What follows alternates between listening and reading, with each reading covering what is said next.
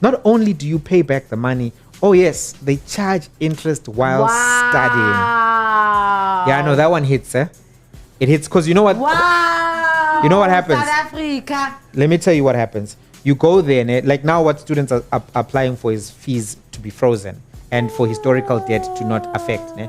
So you register, right? Let's say they get everything they want. Then everyone registers. This is so abusive, guys. The interest on your 150 that you owed, it's still ticking.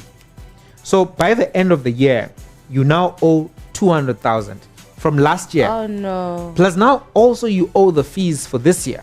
Oh no. And then when you add the fact that the accommodation in and around universities is now privately owned, right?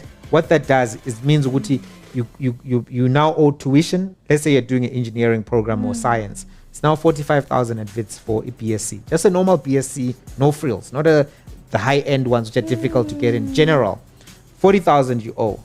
40,000 you owe for accommodation. You're down 80 plus your previous 150 plus the interest. And so these universities sometimes when they're acting as if, you know, it's we don't have money, we're never going to get this money, they know that they're sitting on your interest payments as well. So these kids who are fighting for historical debt to not be considered are not fighting even the full fight. They're just saying, let me continue, I will see you Pambi. And I don't know if you saw last December, something went viral. There was this medical student who had finished medicine. She owed 500,000. And she fortunately for her, had a prominent Instagram profile. She'd been doing some fitness work there. So she went onto her Instagram and said, guys, I owe 500,000. And I can't graduate. What's the owe this money? So the internet community came together. They paid her 500,000. But a lot of that money was interest. You know? So now, not only do we have the issue of the cost, you have the issue of the interest. And no one is meeting students in the gap. Right? So now, we're getting to a situation where we'll be almost like America, where you're employed, but you can't make a move in your life because you have paying back. You are in debt. So all your life, you've had a debt to your dreams when you began, because they're like, go to school, focus, read. Don't be like those other kids sitting on the corner. Don't be like Smang Mang.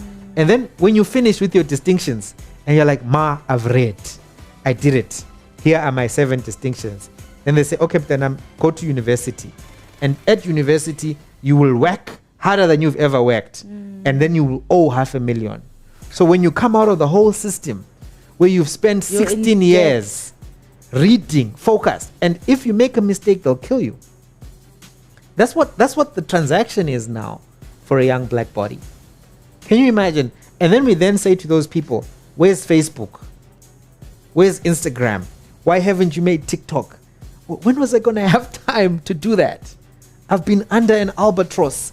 When I left high school, you guys said, you are brilliant. You're going to look at your maths marks. Look at your maths performance. I get to varsity and I owe.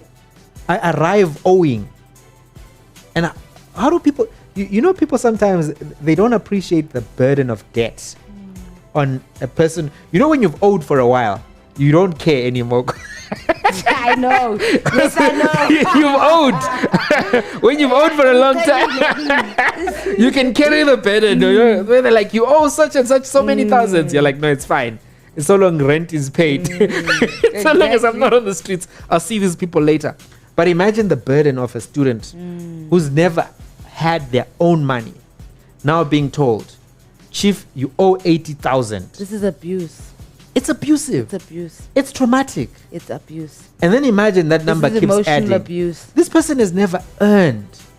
Now they're 3 years into their degree and they get a fee statement. Now they even have the app will give you notification saying, Chief, now you owe us 250,000. You've never even seen it in your life. 250,000. Some of the students have never even had 5,000 get into their bank account. Now they're trying to think, I've never seen 5,000 in person. I've never held it in my hands like this, 5,000. Now I owe 250,000.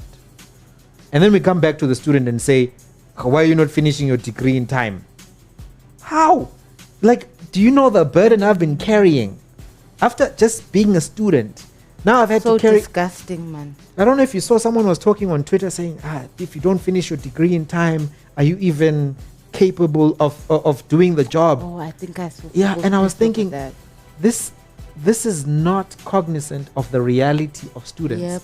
Some students, that little money, that stipend that they get from NSFAS, it goes home.